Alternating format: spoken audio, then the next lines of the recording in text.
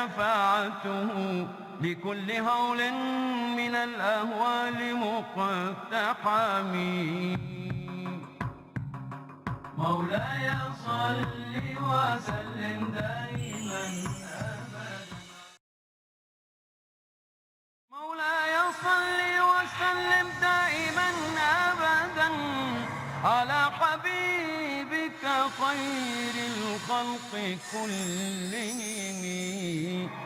محمد سيد الكونين والثقلين والفريقين من عرب ومن عجم هو الحبيب الذي ترجى شفاعته.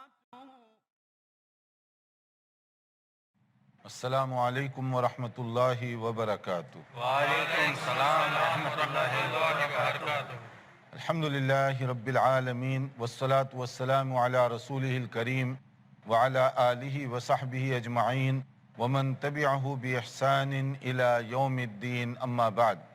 محترم بھائیوں اور بہنوں، حدیث کی مختلف کتابیں اس وقت موجود ہیں. ان میں سے ایک بلوغ المرام علامہ ابن حجر عسقلانی رحمۃ اللہ علیہ، اس کا ہم ترتیب سے مطالعہ کر رہے ہیں اور اسی کی روشنی میں توضیح اور کچھ وضاحتی بیانات بھی دے رہے ہیں تاکہ روز مرہ ہماری زندگی قرآن و سنت سے قریب تر ہو سکے. اب آئیے آج ایک نیا باب اور ایک نئے عنوان کا آغاز کرتے ہیں. روزوں کے مسائل کے حوالے سے یہ بات ہے. پہلے یہ سمجھ لیجئے کہ روزے کی اسلام میں حیثیت کیا ہے. روزہ بنیادی ارکان میں سے ایک رکن ہے. رسول اکرم صلی اللہ علیہ وسلم نے ارشاد فرمایا، بنی الاسلام علی خمس، اسلام کی عمارت گویا 5 ستونوں پر ٹھہری ہوئی ہے. ان میں سے روزہ بھی ایک ستون ہے. جب آدمی کوئی کنسٹرکشن، کوئی بلڈنگ بناتا ہے تو اس میں ہر چیز کا اپنا ایک مقام ہے. ونڈوز، دروازے، دیوار، اس کا رنگ، اس کا پینٹ، ساری چیزوں کی اہمیت ہے، مگر ہر چیز کا دائرہ الگ الگ ہے. مثلا کوئی آدمی یہ نہیں کہتا کہ آپ کی ونڈو خراب ہو جائے تو پوری بلڈنگ گر جائے گی، یا اگر آپ کا دروازہ خراب ہو جائے، ٹوٹ جائے تو ساری بلڈنگ نیچے آ جائے گی، یہ کوئی نہیں کہتا. لیکن اگر پلر گر جائے تو ساری بلڈنگ ختم ہو جائے گی، گر جائے گی. تو نبی کریم صلی اللہ علیہ وسلم نے 5 چیزوں کو اسلام کی عمارت کے لیے پلر کی حیثیت دی ہے. یعنی ان میں سے کوئی بھی گر جائے تو ساری عمارت ڈھہ جائے گی، کولapس ہو جائے گی. ان میں سے ایک روزہ بھی ہے. اسی سے ہم سمجھ سکتے ہیں کہ روزے کی اہمیت کیا ہے اور پھر روزے کا فائدہ کیا ہے. اس کے بارے میں قرآن کریم میں کہا گیا، یا ایھا الذین آمنوا کتب علیکم الصیام کما کتب علی الذین من قبلکم. یعنی روزے صرف تم پر نہیں، تم سے پہلے اور جو قومیں گزری ہیں ان پر بھی فرض تھے. فرق اس کی ترتیب میں، اس کی تفصیل میں ہو سکتا ہے، لیکن روزوں کا تصور تھا.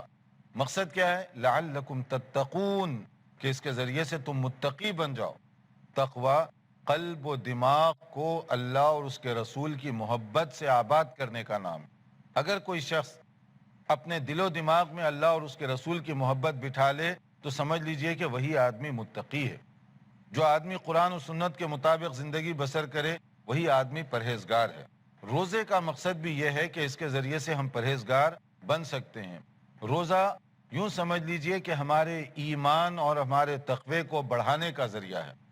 روزہ ہمارے تقوی کے لیے ایسے ہی ہے جیسے ہم دیکھتے ہیں نا، کبھی بیٹری ڈاؤن ہو رہی ہے تو اس کو ریچارجر پر لگا دیتے ہیں، تھوڑی دیر کے بعد پھر سے بیٹری چارج ہو جاتی ہے، پھر سے کام کرنے لگتی ہے.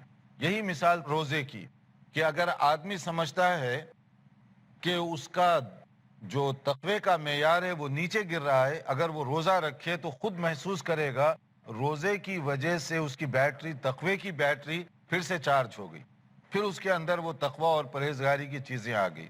روزہ جو ہے کیسے ہمارے تقوی کو بڑھاتا ہے، اس کی ایک چھوٹی سی مثال یوں سمجھ لیجئے کہ رمضان کے روزے میں آدمی کبھی کبھی ایسے ہوتا ہے بھوک پیاس کی شدت محسوس کرتا ہے اور پانی اس کو بہت زیادہ لذیذ دکھائی دیتا ہے کیونکہ شدید پیاس لگی ہوئی ہے اور روزے سے ہے. پانی بھی منہ میں گیا ہوا ہے، وضو کرنے کے لیے جب وہ کلی کرتا ہے پانی منہ میں جاتا ہے، مگر اس کے باوجود ایک قطرہ پانی وہ حلق سے نیچے نہیں اتارتا. کیوں نہیں اتار رہا؟ کون دیکھ رہا ہے اس کو؟ اگر منہ میں گیا ہوا پانی آدھا وہ نگل لے تو بھی لوگ تو نہیں کہیں گے کہ آپ نے روزہ توڑ دیا، لوگوں کو کیا پتا ہو، آپ کہیں کہ میں روزے دار ہوں، لوگ مان جائیں گے، مگر کیوں نہیں کرتا وہ آدمی؟ یہی بات سمجھنے کی ہے۔ وہ یہ سمجھتا ہے کہ اگر میں روزے کی حالت میں جان کر ایک قطرہ پانی بھی نیچے اتار دوں گا تو روزہ ٹوٹ جائے گا۔ کیوں ٹوٹ جائے گا؟ اللہ کے حکم کی خلاف ورزی ہوگی۔ تو گویا اللہ کے حکم کا احساس اللہ کی نافرمانی سے اسے روک رہا ہے۔ یہی تقویٰ ہے۔ اسی طرح سے وہ آدمی پیاسا ہے، بھوکا ہے، اور کھانے پینے کی چیزیں افطار کی ٹیبل پر سجا دی گئی ہیں۔ اب آدمی ٹائم دیکھ رہا ہے، اس کو بتایا جائے کہ افطار کے لیے، غروب آفتاب کے لیے 5 منٹ باقی رہ گئے، مگر تمہیں شدید بھوک لگی ہے، کھانے کی چیزیں انواع و اقسام کی سامنے رکھی ہیں، کھا لو، تو کیا روزے دار کھائے گا؟ کیوں نہیں کھائے گا؟ جبکہ بھوک لگی ہے، کھانا سامنے، کھا کیوں نہیں رہا وہ؟ یہی سوچنے کی بات ہے۔ کون روک رہا ہے اس کو؟ اللہ کا حکم روک رہا ہے۔ وہ جانتا ہے کہ اگر میں 5 منٹ پہلے بھی غروب آفتاب سے کھا لوں گا تو کیا ہوگا؟ پورے دن کی محنت ضائع چلی جائے گی، روزہ ختم ہو جائے گا میرا۔ نہیں کھائے گا۔ 4 منٹ باقی ہے، نہیں کھائے گا۔ 3 منٹ باقی ہے، نہیں کھائے گا۔ انتظار کر رہا ہے، بھوک بھی ہے، سب کچھ ہے، نہیں کھائے گا۔ روکنے والی چیز اللہ کا حکم۔ غروب سے پہلے اگر کھا لو گے تو روزہ ختم ہو جائے گا۔ یہ اب تقویٰ ہے۔ اگر یہی تقویٰ ایک مسلمان اور روزے دار کی زندگی میں رمضان کے بعد بھی جاری رہے کہ جہاں اللہ کی نافرمانی ہو میں کوئی کام نہیں کروں گا، تو پھر کیا ہوگا؟ وہ آدمی متقی بن جائے گا زندگی بھر کے لیے، کیونکہ کوئی بھی کام جو اللہ کی نافرمانی کا ہے رمضان میں وہ ٹریننگ کرتا ہے کہ نہیں کرنا چاہیے۔ اسی کا نام تقویٰ ہے۔ یہی روزے کا اصل میں بنیادی طور پر مقصد ہے۔ روزے کی مختلف قسمیں ہیں، صوم کی مختلف قسمیں ہیں، ایک فرض ہے اور ایک سنت ہے اور ایک نفل ہے۔ فرض کیا ہے؟ جیسے رمضان کے روزے، یہ فرض ہیں۔ سنت، نبی کریم صلی اللہ علیہ وسلم مختلف مناسبتوں پر روزہ رکھا کرتے تھے، جیسے عرفات کا روزہ، عاشورے کا روزہ وغیرہ وغیرہ، یہ مسنون ہو گئے۔ اسی طرح سے بعض نفل روزے ہیں، آدمی اپنی مرضی اور ہمت کے مطابق جب بھی موقع ملا روزہ رکھتا ہے تاکہ وہ تقوی کا جو کیفیت ہے برقرار رہے، اس میں کمی نہ آنے پائے۔ یہ نفل روزہ ہے۔ ہر ایک کے اپنے جداگانہ احکام ہیں۔ تو آئیے سب سے پہلے ہم دیکھتے ہیں کہ فرض روزوں کے بارے میں جو اس میں چند خاص باتیں بتائی گئی ہیں کہ نبی کریم صلی اللہ علیہ وسلم نے فرمایا لا تقدموا رمضان بصوم یوم ولا یومین الا رجل کان یصوم صوما فلیصمہ۔ بخاری اور مسلم کی یہ حدیث ہے، رمضان کے آنے سے پہلے 1 دن 2 دن پہلے روزہ مت رکھو تاکہ گیپ دکھائی دے۔ شعبان کا مہینہ ختم ہو گیا، کچھ دن آپ چھوڑ دیے، پھر رمضان کے لیے ری سٹارٹ کرنا ہے۔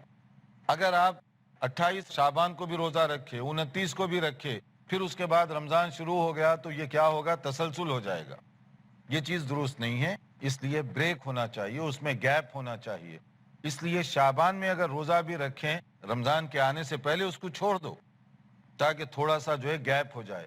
البتہ کوئی آدمی ایسا ہے جو ہر مہینہ مخصوص تاریخوں میں روزہ رکھتا ہے، اتفاق سے وہ تاریخ شعبان کی وہاں آ رہی ہے، پھر وہ رکھ سکتا ہے۔ یعنی مان لیجئے ہر مہینہ آپ جمعرات کا روزہ رکھتے ہیں، شعبان کی 29 کو بھی جمعرات تھی، آپ نے روزہ رکھا جمعرات کی طرح سے، ہر تھرسڈے کو روزہ رکھتے ہیں، اسی طرح 29 کو بھی آپ نے روزہ رکھ لیا، دوسرے دن رمضان شروع ہو گیا، تو یہ غلط نہیں ہوگا، کیونکہ آپ نے رمضان کی تیاری کے لیے نہیں رکھا یہ، یا استقبال رمضان کے طور پہ نہیں رکھا، بلکہ یہ جمعرات کا روزہ آپ کی ایک عادت تھی، اسی عادت کے مطابق آپ نے روزہ رکھا اور اتفاق سے یہ 29 کی تھی، ورنہ جو ہے گیپ ہونا چاہیے، وقفہ ہونا چاہیے۔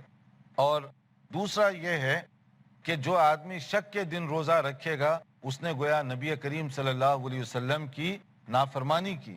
یقین ہونا چاہیے رمضان شروع ہو گیا، فرض روزے رکھو، ابھی شروع ہوا نہیں ہوا، بعض لوگ کہتے ہیں بائی چانس اگر ہو گیا تو میں ان ایڈوانس رکھ رہا ہوں، تو یہ بائی چانس والی بات نہیں ہے۔ میک شور کر لیں آج رمضان شروع ہو گیا روزہ رکھیں، نہیں شروع ہوا نہ رکھیں۔ آج 29ویں ہو گئی اور چاند کی خبر آ گئی تو آپ روزہ چھوڑ دیں، کیونکہ چاند ہو گیا ہے تو لہٰذا دوسرے دن عید ہو جائے گی۔ اور اگر آپ کے علاقے والے عید نہ بھی پڑھیں مگر آپ کو معلوم تھا کہ آج رمضان کا چاند ہو گیا ہے تو آپ روزہ نہ رکھیں، عید ان کے ساتھ کر لیں، یعنی عید نیکسٹ ڈے جب لوگ سب کریں گے اسی دن آپ کریں، مگر اس دن جس میں آپ کو معلوم ہے، یقین ہے، تو آپ روزہ نہ رکھیں۔ جیسے نبی صلی اللہ علیہ وسلم نے فرمایا، حضرت عمار بن یاسر کی یہ روایت ہے، قال من صام اليوم الذي يشك فيه فقد عصى ابا القاسم۔ حضرت عمار بن یاسر فرماتے ہیں رضی اللہ عنہ، کسی نے شک کے دن روزہ رکھا تو گویا کہ اس نے رسول اکرم صلی اللہ علیہ وسلم کی نافرمانی کی، کیونکہ آپ نے اس سے منع فرمایا تھا۔ اور اسی طرح سے حضرت عبداللہ ابن عمر فرماتے ہیں، سمعت رسول اللہ صلی اللہ علیہ وسلم یقول، نبی کریم صلی اللہ علیہ وسلم کو فرماتے ہوئے میں نے خود سنا ہے، اذا رأیتموہ فصوموا، جب چاند کو دیکھ لو روزہ شروع کر دو، وَإِذَا رَأَيْتُمُوهُ فَأَفْطِرُوا، اور جب چاند پورا ہو گیا، یعنی مطلب 29ویں کو بھی چاند دکھائی دے، اب رمضان پورا ہو گیا، اب عید کی تیاری کرو، روزہ مت رکھو۔ فَإِنْ غُمَّ عَلَيْكُمْ فَاقْدُرُوا لَهُ، اور اگر بادل چھائے ہوئے ہوں 29ویں کو، چاند نہیں دکھائی دے رہا، تو کیا کرو؟ جھگڑے نہ کرو، اختلاف انتشار مت مچاؤ، بلکہ 30 دن پورے رکھ لو، یعنی 29 کو دکھائی نہیں دیا چاند، 30واں روزہ پورا کر لو تاکہ 30 دن ہو جائیں، مہینہ پورا ہو جائے، پھر اس کے بعد میں تم عید کرنا۔ یعنی لڑائی جھگڑا وغیرہ نہیں، بلکہ بالکل سمپل طریقہ بتایا گیا، جیسے کہا گیا فَأَكْمِلُوا عِدَّةَ شَعْبَانَ 30، 29ویں رمضان کو چاند دیکھنے کی کوشش کرو، چاند کی اطلاع نہیں ملی، کنفرم نہیں ہوا، تو آپ کیا کریں گے؟ آپ جو ہے 30 شعبان پورے کریں گے، جس طرح 30 رمضان اسی طرح 30 شعبان، سمپل مسئلہ۔ 29ویں کو چاند دیکھیں گے، دکھائی دے تو الحمدللہ، نہ دکھائی دے 30 دن پورے کر لیں گے، اور اس کے بعد روزہ شروع کریں گے رمضان کا۔ رمضان میں بھی اسی طرح 29ویں رمضان کو چاند دیکھیں گے، دکھائی دے تو ٹھیک ہے، ورنہ آپ اس کے بعد 30 روزے پورے کر لیں گے۔ دیکھتے رہیے یہاں ہمارا پروگرام، ایک مختصر وقفے کے لیے ہم ٹھہریں گے، اس کے بعد پھر حاضر ہوں گے انشاءاللہ تعالی۔ محمد سید الکونین والثقلین۔ بریک کے بعد دوبارہ آپ کی خدمت میں حاضر ہیں۔ وقفے سے پہلے ہم بتا رہے تھے کہ روزہ تقوی اور پرہیزگاری کو بڑھانے کا ایک ذریعہ ہے، اللہ تعالیٰ سے محبت اور رسول اکرم صلی اللہ علیہ وسلم سے عقیدت کے اظہار کا ایک بہترین ذریعہ ہے۔ رمضان کے روزوں کے بارے میں بتایا گیا کہ جب تک اس کو کنفرم نہ کر لیں روزہ شروع نہ کریں، اور جب عید کے بارے میں کنفرم ہو جائے تو رمضان پورا ہو گیا، رمضان کے روزے اس کے بعد رکھنا درست نہیں ہے۔ نبی کریم صلی اللہ علیہ وسلم کے زمانے میں یہ چاند اور اطلاعات کے مختلف مسائل ہوتے رہے۔ جو پوائنٹ ہے وہ یقینی ذریعے سے کنفرمڈ ہو جائے کہ چاند دکھائی دیا ہے تو آپ پھر روزہ رکھنے میں تاخیر مت کرو، اور یقینی ذریعے سے معلوم ہو گیا کہ چاند ہو چکا ہے 29 رمضان کے بعد، تو پھر عید کرنے میں بھی تم تاخیر مت کرو۔ یہ اس کے اندر بنیادی نقطہ ہے۔ یہ نہیں ہے کہ کتنے آدمی دیکھے کیا ہوا، اس میں سب سے بڑی چیز جو ہے یقین ہونا چاہیے کہ جو آدمی خبر دے رہا ہے وہ چاند کو دیکھا ہے اور وہ دیکھ سکتا ہے چاند کو۔ اب اس کے بعد دیکھیے کہ رمضان کے روزے ہوں تو اس کی جو نیت ہے آپ کو بر وقت کرنی چاہیے، یعنی سحری کے وقت ہی، جب رات کا آخری حصہ باقی رہتا ہے، آپ کی نیت ہو جانی چاہیے۔ یہ نہیں ہے کہ آپ دن میں اسی طرح سے جاگ گئے جیسے عام دنوں میں جاگتے ہیں، پھر سوچا کہ آج روزہ رکھوں یا نہ رکھوں۔ تو فرض روزہ ایسے نہیں ہوتا، فرض روزہ پراپر نیت کے ذریعے سے ہوتا ہے باقاعدہ طور پر۔ نفل روزہ آپ صبح اٹھے ہیں، چاق و چوبند فیل کر رہے ہیں، تو آپ اسی وقت نیت کر لیں، اگر کوئی چیز نہیں کھائے ہیں فجر سے لے کر ابھی تک، تو آپ روزہ رکھنا چاہتے ہیں، نیت کر لیں، آپ کا نفل روزہ ہو جائے گا۔ یعنی نفل روزہ دن میں ہی نیت کی جا سکتی ہے، لیکن رمضان کے روزوں کے لیے پہلے سے نیت ضروری ہے۔ اور نیت کسے کہتے ہیں؟ جیسے نماز میں بھی گزرا، نیت کہتے ہیں مائنڈ بنانا، ارادہ کرنا۔ کوئی خاص قسم کے لفظ یا سینٹنسز بولنا نہیں ہے، بلکہ نیت کرنے کا مطلب ہے آپ ارادہ کر رہے ہیں۔ اس کو نہ سمجھنے سے غلطی بھی ہوتی ہے۔ بعض جگہوں پر جو ہے مختلف قسم کے نماز کے ٹائم ٹیبل چھپتے ہیں، اس میں نیت بھی لکھی ہوتی ہے۔ اب وہ عربی میں نیت ہوتی ہے تو لوگ سمجھتے ہیں پتہ نہیں کوئی آیت ہے، کوئی حدیث ہے۔ یہ نہ حدیث ہے نہ کوئی آیت ہے، لوگوں کی بنائی ہوئی ہے۔ اور جس نے یہ نیت کے الفاظ بنائے، نویت ان اصوم غدن للہ تعالی، کچھ لوگوں نے کہا نویت بصوم غدن، جو اس میں لکھا ہوتا ہے۔ جس نے بنایا تھا اس کی بھی عربی ایسے لگتا ہے واجبی انداز کی عربی جانتا تھا وہ، اس سے بھی یہ غلطی ہو گئی۔ اب آپ کہتے ہیں کہ صبح تک آپ نیت کر لیں، اور صبح کہہ رہے ہیں کہ غدن، وہ الفاظ جو ہیں غدن کا مطلب ہے ٹمارو، کل، آنے والے دن۔ روزہ آج رکھ رہے ہیں، نیت کل کی کر رہے ہیں آپ کہ یا اللہ میں کل روزہ رکھوں گا، تو آج کا روزہ، آج کی نیت تو بعض اوقات جو الفاظ لکھے جاتے ہیں جو غلطی پر غلطی ہوتی ہے نقل در نقل، ٹائم ٹیبل لوگ دکان والے دیکھتے ہیں یہ ٹائم ٹیبل ہے، اسی کو سامنے رکھ کر چھاپ دیے، دوسرے نے چھاپ دیا، تیسرے نے چھاپا، کسی نے تحقیق کرنے کی کوشش نہیں کی کہ اس میں نیت کے الفاظ جو لکھے ہوئے ہیں وہ صحیح بھی ہیں غلط ہیں، وہ کوئی حدیث کے الفاظ ہیں یا کسی نے عبارت اپنے طور پر بنا دی، ایسے تحقیق بھی نہیں کرتے، اس کو نیت نہیں کہتے۔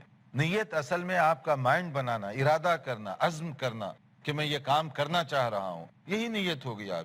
اس کے لیے بولنے کی ضرورت نہیں۔ اب آپ دسترخوان پہ بیٹھ کر یہ بولیں گے کہ میں آج 3 روٹیاں کھا رہا ہوں تاکہ سحری ہو جائے، تاکہ کل میرا روزہ شروع ہو جائے، ساتھ اس کے پانی بھی پی رہا ہوں، کچھ سالن بھی کھا رہا ہوں، یہ سب کہتے ہیں۔ اس کی ضرورت نہیں ہے۔ جب آپ جاگ رہے ہیں سحری کے لیے، منہ ہاتھ دھو رہے ہیں، تیاری کر رہے ہیں، تو کس لیے کر رہے ہیں آپ؟ روزے کے لیے کر رہے ہیں، یہی آپ کی نیت ہے۔ یعنی آپ جو کچھ کام کر رہے ہیں اسی کو کہتے ہیں کہ آپ یہ ارادہ کر رہے ہیں۔ بچوں کو اٹھا رہے ہیں اور گھر والوں کو جگا رہے ہیں کہ اٹھو اٹھو، روزے کی تیاری کرو، سحری کا انتظام کرو، تو وہ بیچاری اٹھ کر سحری کے لیے کھانا تیار کر رہی ہے۔ تو یہ سب چیزیں کس کے لیے کر رہے ہیں؟ روزے کے لیے کر رہے ہیں۔ تو آدمی جو کام کر رہا ہے، ارادہ کر رہا ہے، مائنڈ بنا رہا ہے، یہی اس کی نیت ہے۔ الگ سے الفاظ اور جملے کہنا بھی نہیں چاہیے۔ جیسے نماز میں ٹھہرے ہوئے اللہ اکبر، پہلے نیت شروع کرتے ہیں، منہ میرا طرف قبلے کے، پیچھے میں اس امام کے پڑھ رہا ہوں 4 رکعت فرض واسطے اللہ کے۔ یہ کیا ہے؟ جنازے کی نماز میں اور بھی فنی نیت کرتے ہیں بعض لوگ، 4 تکبیرات، صلاۃ الجنازہ، پہلی تکبیر واسطے اللہ کے ثنا، دوسری تکبیر واسطے نبی صلی اللہ علیہ وسلم کے، تیسری حاضر میت کے، اس کے بعد میں سلام پھیر رہا ہوں۔ یہ کوئی اکاؤنٹ ڈپارٹمنٹ ہے جو آپ تقسیم کر رہے ہیں اس طرح کا؟ یہ تقسیم کر کے آپ بتا رہے ہیں کہ یہ ان کو میں دے رہا ہوں، یہ ان کو دے رہا ہوں، ویسے بھی کامن سینس کے بھی خلاف ہے۔ جنازے کی نماز پوری کی پوری نماز پڑھتے کس کے لیے ہیں؟ اللہ کے لیے۔ قل ان صلاتی و نسکی و محیای و مماتی للہ رب العالمین۔ نماز، روزہ، عبادت سب کس کے لیے ہو رہی ہے؟ اللہ رب العالمین کے لیے ہو رہی ہے۔ تو آپ اکاؤنٹ کون بنا رہے ہیں؟ پھر دعائیں تو آپ اللہ ہی سے کر رہے ہیں، درود پڑھیں تو بھی اللہ سے دعا، جنازے کی دعا پڑھیں تو بھی کس سے؟ اللہم صلی علی، اللہم، اللہ سے مانگ رہے ہیں۔ اللہم اغفر لحینا، اللہ سے مانگ رہے ہیں۔ اب دیکھیے کہ رات میں یا سحری کے وقت جب آپ اٹھ رہے ہیں اور روزہ رکھنے کا ارادہ کر رہے ہیں تو ہو گئی آپ کی نیت۔ ارادہ ہونا چاہیے، عزم ہونا چاہیے کہ میں یہ کام کر رہا ہوں، تو یہ نیت آپ کی کافی ہے۔ اب اس طرح سے اگر نفل روزہ کوئی رکھنا چاہے، رات میں سحری کے لیے نہیں جاگا، فجر کی نماز ہو گئی، کھایا پیا کچھ نہیں، صبح صبح اس کو ذہن میں آیا کہ مجھے روزہ رکھنا چاہیے، رکھ سکتا ہے وہ، کیونکہ نفل روزہ ہے۔ اور اگر کبھی ایسے ہوا کھانے پینے کی کوئی چیز مل گئی اس کو اور وہ روزہ ختم کرنا چاہتا ہے تو بھی کر سکتا ہے، کیونکہ حدیث میں مسئلہ یہ ہے الصائم المتطوع امیر نفسہ ان شاء صام و ان شاء افطر۔ جو آدمی نفل روزہ رکھتا ہے وہ اپنی مرضی کا مختار ہے، اگر وہ چاہے تو روزہ رکھ لے، اور اگر روزہ نہیں کمپلیٹ کرنا چاہتا تو بیچ میں روزہ ختم بھی کر سکتا ہے، کیونکہ وہ نفل روزہ ہے، فرض نہیں ہے۔ فرض کو آپ نہیں توڑیں گے، فرض کو آخر تک لے کر چلیں گے۔ دیکھیے عن عائشہ رضی اللہ تعالی عنہ قالت، حضرت عائشہ رضی اللہ عنہ بیان فرماتی ہیں، دخل علینا النبی صلی اللہ علیہ وسلم ذات یوم فقال، یعنی نبی صلی اللہ علیہ وسلم تشریف لائے ایک موقع پر اور آپ نے پوچھا حل عندکم شیء، کھانے پینے کی کوئی چیز ہے گھر میں؟ قلنا لا، اتفاق سے کوئی چیز نہیں تھی، تو کہا کہ نہیں ہے کچھ بھی، تو قال فإنی اذن صائم، پھر تو میں روزہ رکھ لوں گا۔ پہلے سے ارادہ نہیں تھا، پھر آپ نے ارادہ کیا اور کہا کہ میں روزہ رکھتا ہوں۔ ثم اتانا یوم آخر، پھر ایک اور مرتبہ ایسے ہوا کہ آپ تشریف لائے، فقلنا، ہم نے کہا، اہدی لنا حیث، کوئی کھانے پینے کی ایک چیز تھی وہ ہمارے گھر بھیجی گئی ہے، کوئی میٹھی چیز ہے، کوئی میٹھی ڈش ہے، وہ آئی ہوئی ہے۔ فقال ارینی فلقد اصبحت صائما، تو آپ نے فرمایا ذرا مجھے دکھاؤ اس کو، کہ میں ویسے روزہ رکھنے کی ارادہ کیا تھا، پھر اس کے بعد میں آپ نے کیا کیا؟ فاکل، پھر آپ نے تناول فرما لیا۔ تو اس سے دونوں مسئلے معلوم ہوئے۔ نفل روزہ آپ نے سحری نہیں کی، صبح صبح ارادہ کر لیں اور روزہ رکھ لیں، ہو جائے گا۔ اور آپ نے صبح ارادہ کیا تھا، کھانے پینے کی کوئی چیز آئی، آپ وہ کھانا چاہیں تو کھا لیں، روزہ تو نہیں ہوگا لیکن گناہ بھی نہیں ہوگا۔ نبی صلی اللہ علیہ وسلم کے عمل سے یہ دونوں چیزیں جو ہے بیک وقت ثابت ہو رہی ہیں۔ اور اسی طرح سے آپ دیکھیں گے نبی صلی اللہ علیہ وسلم نے افطار کرنے میں جلدی کرنے کا حکم دیا. غروب آفتاب سن سیٹ ہوتے ہی افطار کرنا چاہیے, اس میں تاخیر نہیں. جیسے بعض لوگ کہتے ہیں نا احتیاطاً 2 منٹ, کوئی کہتا ہے احتیاطاً 4 منٹ. کیوں احتیاط؟ جب آپ کو کہا گیا غروب ہو چکا ہے تو احتیاط کس بات کی؟ نبی صلی اللہ علیہ وسلم کیا فرماتے ہیں کہ لا یزال الناس بخیر ما عجل الفطر, روزہ کھولنے میں آپ بر وقت جلدی کریں گے تو یہ بھلائی کی علامت ہے, خیر کی علامت ہے. غروب ہو گیا فوری روزہ کھول لیجئے, کوئی احتیاط 2 منٹ 4 منٹ انتظار کرنے کی ضرورت نہیں ہے. وقت ہونے کا انتظار کیجئے, وقت سے پہلے نہ کھائیے, وقت ہونے کے بعد افطار کر لیجئے. اور اگر وقت ہونے کے بعد بھی اگر نہیں کریں گے, اللہ کو یہ بندے ناپسندیدہ ہیں. اور اسی طرح سے افطار کیسے کیا جائے, سحری کیسے کی جائے, اس طرح کے اور بعض مسائل ہیں. اس کے لیے دیکھتے رہیے ہمارا پروگرام, اس کی مختلف اور جو تفصیلات ہیں اس کو لے کر آئندہ لیکچر میں حاضر ہوں گے. لیکن اس سلسلے میں اگر کوئی سوال ہو آپ لوگ پوچھ سکتے ہیں. جی آپ پوچھنا چاہتے ہیں. جی جیسے ابھی افطار کا ٹائم ہو گیا ہے تو لوگ مسجد کے اذان اور لائٹ کا انتظار کرتے ہیں کہ جب لائٹ جلے تو ہم افطار کریں, تو وہ جائز ہے کہ نہیں؟ اب یہ مسجد اور کس جگہ سے اذان کا انتظار کر رہے ہیں اس پر ڈیپینڈ کرتا ہے. مسجد والے بر وقت اذان دے رہے ہیں تو پھر انتظار کر لیجئے تاکہ بر وقت اذان ہو اور سب مل کر افطار کریں. لیکن مسجد والے جان کر ڈیلے کر رہے ہیں 3 منٹ 4 منٹ, تو پھر آپ جیسے ہی وقت ہوا آپ افطار کر لیجئے. اور جیسے سحری کا ٹائم ہو گیا ہے, ابھی سحری کا ٹائم ہو گیا, سحری کر لیے, لیکن گھر والے بھی اور سب لوگ بولتے ہیں کہ ابھی اذان نہیں ہوئی, جب تک اذان نہیں ہو تب تک کھا سکتے ہیں, آپ کھا لیجئے, پھر اذان ہو گئی اس کے بعد بند کیجئے, تو یہ جائز ہے؟ ہاں, یہ بھی ڈیپینڈ کرتا ہے کہ کس مسجد کی اذان کو آپ فالو کر رہے ہیں. بعض اوقات ہوتا ہے کہ سحری کا ٹائم ختم ہو گیا اور 15 منٹ تک مؤذن صاحب اذان ہی نہیں دیتے, تو آپ کو 15 منٹ بونس میں تھوڑی مل رہے ہیں. تو یہ اس وقت کی بات ہے جب لوگ بر وقت اذان دیں تو آپ اذان کا انتظار کیجئے, بر وقت اذان دیں تو. لیکن اگر اذان یا جماعت میں بہت تاخیر ہے تو آپ وقت کو دیکھ لیا کریں کہ جب کنفرم ہو گیا کہ اب سحری کا وقت ختم ہو چکا ہے, فجر کا وقت شروع ہو چکا ہے, تو وہاں اسٹاپ کر دیجئے. اور آج کل تو ٹائم ٹیبل عام طور پہ ملتے ہیں, اس کے ذریعے سے پہچان سکتے ہیں. اسی لیے مؤذن کی بڑی ذمہ داری ہے کہ وہ بر وقت اذان دیا کرے, چاہے وہ سحری کے موقع پر ہو یا افطار کے موقع پر ہو, تاکہ لوگوں کو کنفیوژن نہ ہو.